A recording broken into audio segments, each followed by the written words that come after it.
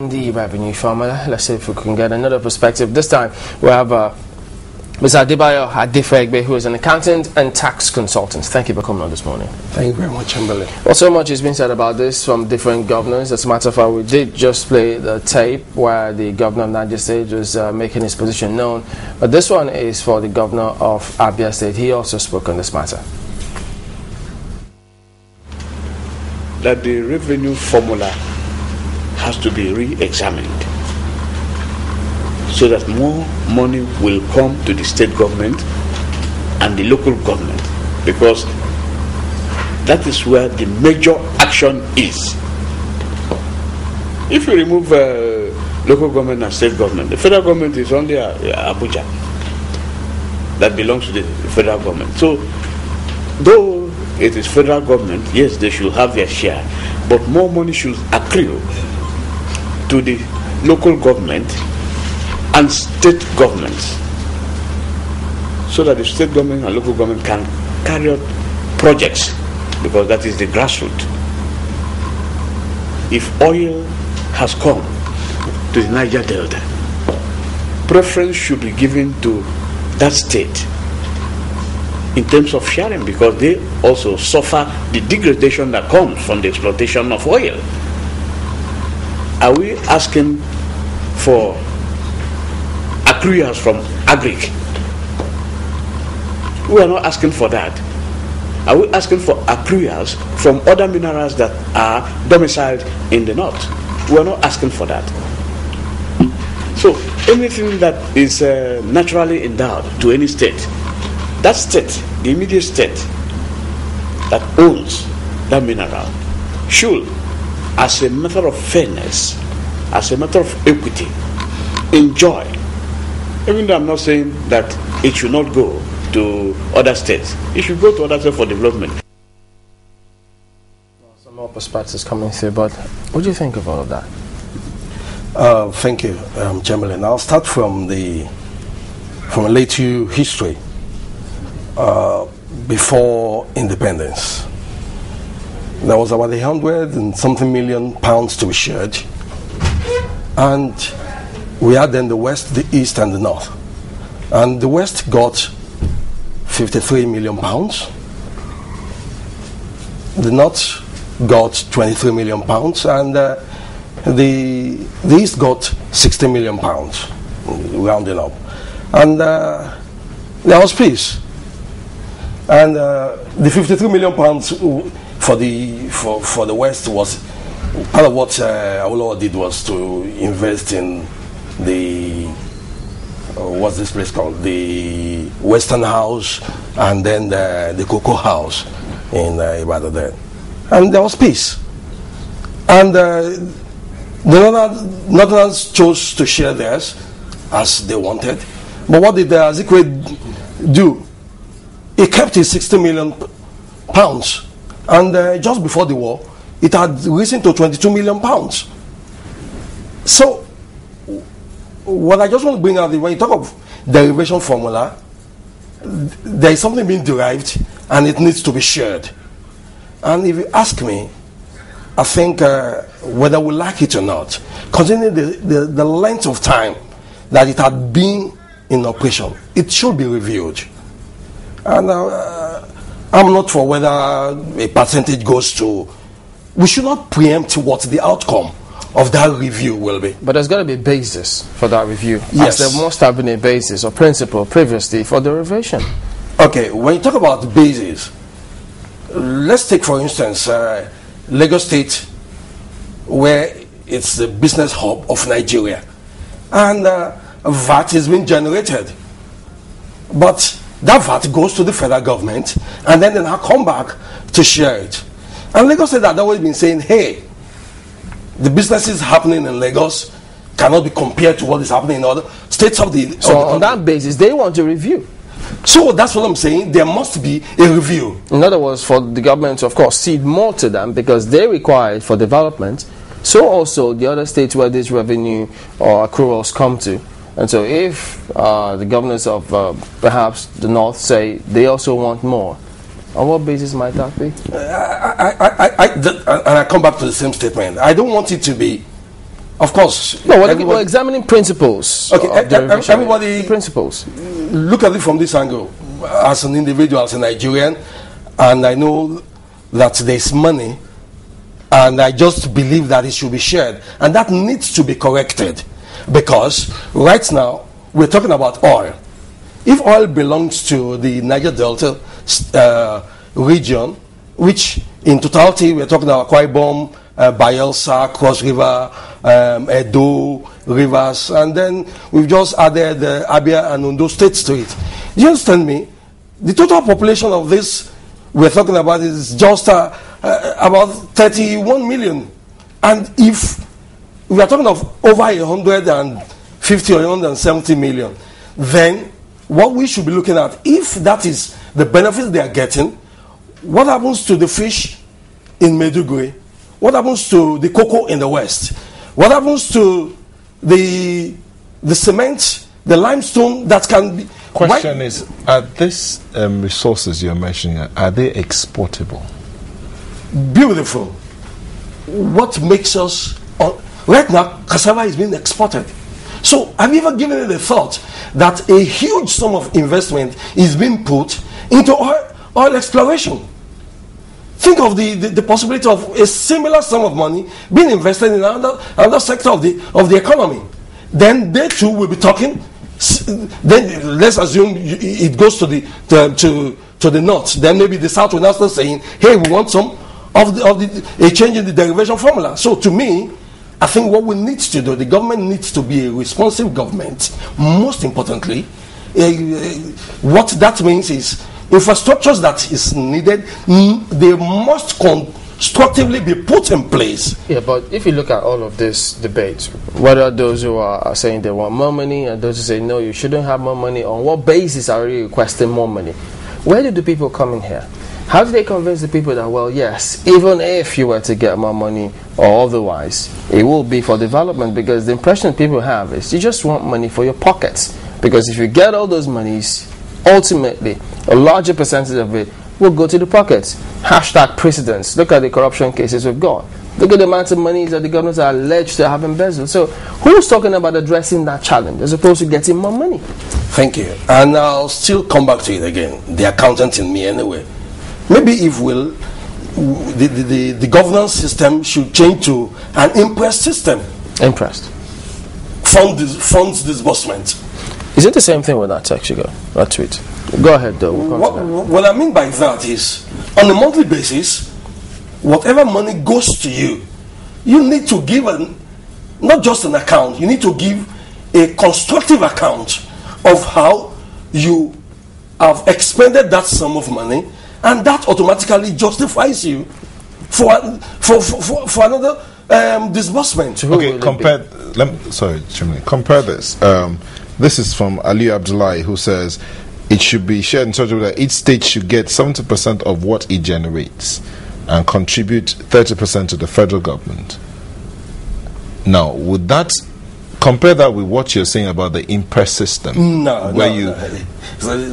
See, and I'm still saying here, when we want to talk about formula, there is this thing as mathematicians, we say proof the formula, and after which you put QED. So whatever formula needs to be proven, whatever law that sets up the existing derivation formula needs to be reviewed. Professionals, not just competent, but having the hearts of the people at heart in mind, the welfare of people in mind, should be engaged, and let us see what they will come up with. And only after that we can now start saying, hey, the federal government had always taken 50% of whatever is left after the 13% that goes to. For information, the last time this thing was reviewed is in 1995. You know, what the governor of Abia State was proposing seems like a win-win situation, that states who have natural resources in them should get a little more from the proceeds of their natural resources, and also let us also share what accrues to the Federation account more equitably in such a way that states get more, because that's where the people are, and that's where development will definitely take place. That's where it will have the most impact. Would you agree with him? With due respect to the governor, he's a politician. What comes to his mind primarily will be, how much of resources can I get for my people? Because he is a governor. But the people are Nigerians, aren't they? Beautiful. What comes to my mind, and I'll still say it again, is before we start, what's the basis of the 70%, like that gentleman's text says, what's the basis of the 70% that should be retained by the state? Are we sure 70% will do it? Are we sure it's not 90%? Are we sure 50% is not enough? Okay, should it be this other way? Should the states be keeping the 13%, according to the revenue formula now, should the states be keeping the 13%? That's if the states are thinking generating, not sharing. Should they be keeping the whole and just giving the federal government maybe the 13% derivation? Would that make it better? It's possible, and I'm not saying that in affirmative. But what I mean by that is, what's the roles that the federal government wants to play? What roles will the state be playing? What roles will the local government be playing? What that simply means is, let's come to the table all over again. The local governments, the special projects, the derivation formula from the endowed communities, and let everybody now look at what is on ground. Have you ever given it a thought? 70 million meter square cubic meters of gas is being flared daily, and the report has it that gas that is being wasted will serve 41% of Africa's consumption. Okay, let's just go back a little bit. Let's look at what we have in this country. We have such solid minerals like talc, over 40 million tons deposits in Niger, Osun, Kogi, Ogun, and Kaduna states. It's talc. The raw material, we have gypsum, we have iron ore, we have lead and zinc, we have bentonite and barite, which is used for drilling of oil, and it's found in Taraba and Bauchi states. We have gold in the southwestern part. We have coal, rock salt, gemstones in Plateau, Kaduna, Bauchi states. Now, we also have kaolin. All these are solid minerals we have in this country. Why are we not looking at how to begin to mine those other minerals to the point where we are generating revenue from this? Why are we so focused on oil? That's if we want to have a mineral-based economy. See, I wish I can answer that question. And I'll tell you why. Not because I don't have any idea on it. I'm always saying is, hey, why must it be oil? Why can't it be cocoa? Why can't it be agric? Look at Kenya. It's a tourism nation. They're doing well. Have you ever given a thought? What's happening in a Calabar festival? Must it be an annual thing? Why can't we do it in Easter? What happens to the July, August, September holidays? If they are getting revenue from it, I mean, I don't know. It's up to them. No, what I'm just trying to say is, these are questions that many of us, up till now, we are still taking that position of layback. Yeah, but are we focusing on the right things, even with this debate as a country? Beautiful, and I love it. Why? Because it's a reawakening that, hey, it's time somebody starts thinking that it shouldn't just be oil. Because right now, you're looking at the derivation formula. I'm saying, let's look at the resources we've got in Nigeria. Yeah, but many of them, are they looking at the resources we've got? So they're looking at the resources coming through, and then from the perspective of what they can get. That's what I'm saying. We need to change our mindset. And that's what this information media is all about right now. That, hey, stop talking about oil. Talk about the other products that we've got. Look at Dangote is doing well for what is put in Ogun State right now. But we should do more of such. As a taxman, yes, please. I mean, if we were to perhaps be or enforce the tax laws properly, is there going to be marginal difference or in terms of the revenue generation? Wow, you can't imagine. You can't imagine. It will skyrocket because taxes will need to be paid on all these things. More foreign investments will come into the nation. And once we have better infrastructures to encourage them to come, and we have better opportunities that when you come, you will be happier to be here. The foreign organizations, they are not strangers to payment of taxes. So what we're saying is let more of these people come to Nigeria and do better for Nigeria and Nigerians. We will obviously be better for it. Because, I mean, if you look at some of this call, which they seem to be putting up now, because today they talk about oil. Tomorrow, maybe if it's gas, and another region has a lot more gas reserve than some other regions, perhaps the same argument will come up. So just as you highlighted, we should be thinking about a principle or formula to put in place such that we'll develop what we've got. Yes. The Revenue Mobilization Allocation and Fiscal Commission, I mean, there's a procedure, even if you're seeking more funds, because, I mean, the governor has a right to ask for more funds. Yes, of course. But they've got to go through the procedure. Yes, I agree with you. Yes. And to that extent, how far or how well or otherwise do you think we're doing? Well, I'll give it to the Minister of Finance right now, to the extent that they publish what's been allocated. But I'm saying, let's move further than just letting us know what's been given. Who pays the piper dictates the tune. So if I allocate 2 billion naira to a particular local government, then the onus is on that local government to come back to me and say, this is what we have done with the 2 billion naira that you've given to us. And once there is accountability, you will see everybody sitting up. But that, that might not fall under the purview of the federal government, because at the same time, a host of states are also clamoring, if not all the states, for some amount of autonomy. In fact, that's what they say is true federalism, in the sense that every state has a right to do what exactly they want to do within their own perimeters. So how can the federal government now come and say, states, bring your account and prove to me that you did what was right with the money, or what you said you're going to do with the money I gave you? Thank you. Whether we like it or not, we have the National Assembly there, made up of people that has been appointed or elected, by these members of the public. So if you have appointed me as a House of Rep member or as a senator, I think the onus is on me to protect you.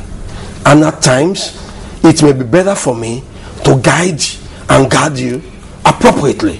So, if for any reason, hey, what stops you from wanting to account? Why shouldn't you want to account? And that's what I'm saying. You should be willing to let everybody know this is what we've done with the money that's been given to us. Most of them will say they have no problem with accountability, but not on request by the federal government. When you say not on request, and that's why I started by saying the law itself that is enabling some of what we have in place needs to be reviewed, and let us now know, should the federal government, if the federal government is meant to be an administrative arm overseeing all that happens, and we're saying the state and local government should be given more autonomy, we are not saying we won't give you more autonomy, but all we're saying is the more, because absolute power corrupts absolutely. So what we're saying is, if for any reason you are interested in us giving you more autonomy, then you must live up to expectations. Okay, but in closing now, I mean, because I think there's a bill in the National Assembly, House of Reps specifically, where they're working on trying to get more money directly to the local governments, because some say if it goes to the states, it doesn't get to the bottom, and the intent is to develop those communities. If the way our local government is currently structured, people have challenges with it, and then in the same structure they get more money, what do we expect? Will that solve the problem? I'm telling you, authoritatively, it will never solve the problem, because whether we like it or not, the same challenge we have at the state levels will rear its ugly head at the local government level. Give a man more money, and then you will really know who he really is.